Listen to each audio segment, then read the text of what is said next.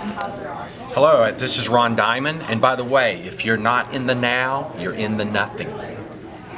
So you're at the Kansas State Fair. That is correct. How many times have you been here? This is year number 8, started in 2005. Nice. And how did you first get involved with the State Fair? They actually saw me at another fair, and the fair manager and the others on the board took a liking, and one thing led to another with getting the laws repealed that outlawed it, and they basically opened that opportunity up for me to come. And of course, after that, I appeared here. The legislature completely did away with the law after that, so they've allowed me to be here every year since. Nice. And how did you get involved with doing this as a career?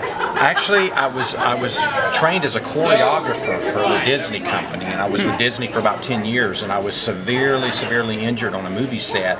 Went back to school to study clinical psychology, went into an introduction to hypnosis in school, found out about its capability that I was a good person under hypnosis, started using it for pain management, and being an entertainer. When I graduated, I decided to put both the medical background and the show background together to create a show. Nice. Now, we were chatting a little bit earlier, and you were talking about the chicken. Can you elaborate a little bit on that? Sure. There are routines that we do that the purpose of hypnosis in this environment is a process in which you're causing the mind to secrete those wonderful chemicals called endorphins and adrenaline. When you're having a good time, that's the chemical thing that says, wow, this is fun. Mm-hmm. So regardless of what you do in the medical end of it, the techniques for here are all about pleasure. Mm-hmm. So there are certain things we do because we want a constant rate of pleasure, both from the audience and the people on stage. When people say, do you make people cluck like a chicken? You can get them to do all kinds of things, but hypnotists usually leave that one alone. But because for some reason, when people think of the chicken thing, they think of it in negative terms, not positive ones. So we always want to do things that, by explanation, create pleasure. And if there's that little tint of displeasure in the mind to begin with, it's much harder to deal with. Mm-hmm. Let's kind of go to both extremes of age-wise. What's the youngest person you've hypnotized, and who's been the oldest age? It actually happened here.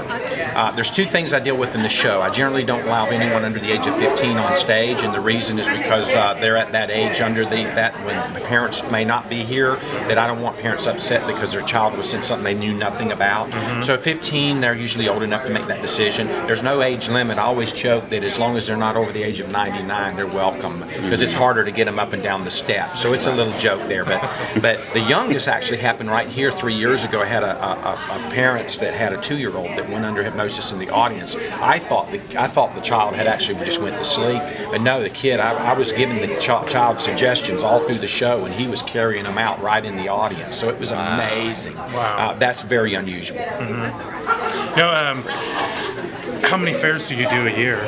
I average about 20 to 25, and I'm on the road approximately 265 days of actual performing time, 295 including travel time. Mm-hmm. The rest of the time I take off because I fly in the Air Force Reserves as a rescue pilot, so I have to fly so many times a year. And then it's the only other time I see my wife. My wife is in the ministry, so she stays home. I see her generally in the month of May and December, and a few days here and there throughout the year. Mm-hmm. Nice.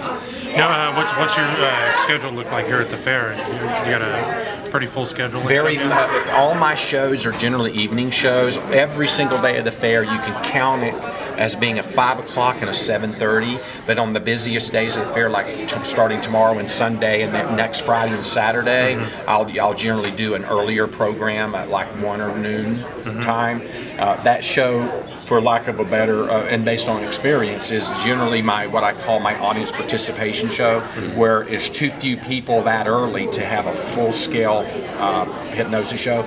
So I do a lot of talking and demonstrations, some fun things people can do in the audience to kind of introduce hypnosis to them, mm-hmm. and it's something different. Mm-hmm. And whereabouts are you? Where can everybody find you here on the fairgrounds? I'm located at what used to be the Farm Bureau stage. It's now the Brett Slaw Arena, and it's located around the commercial area and all the farm implements area, mm-hmm. and it's got the great big white and red tent covers over the bleachers.